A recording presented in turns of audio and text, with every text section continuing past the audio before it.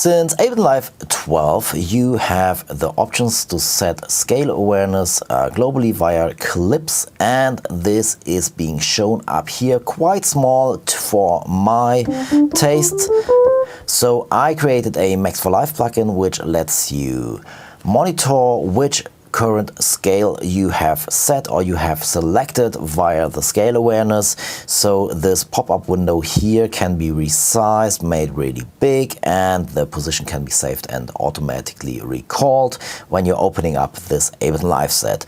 This way you are able to see real quick which current scale is selected in the scale awareness, and for example, if you by accident have something set up really not intended here via a clip, this will help you to stay on top of what scale is being selected here. This is a Max for Live device. It's part of a full collection all about scale awareness and alternative ways to set global scale awareness here as well. If you're interested, just follow the link in the video description below.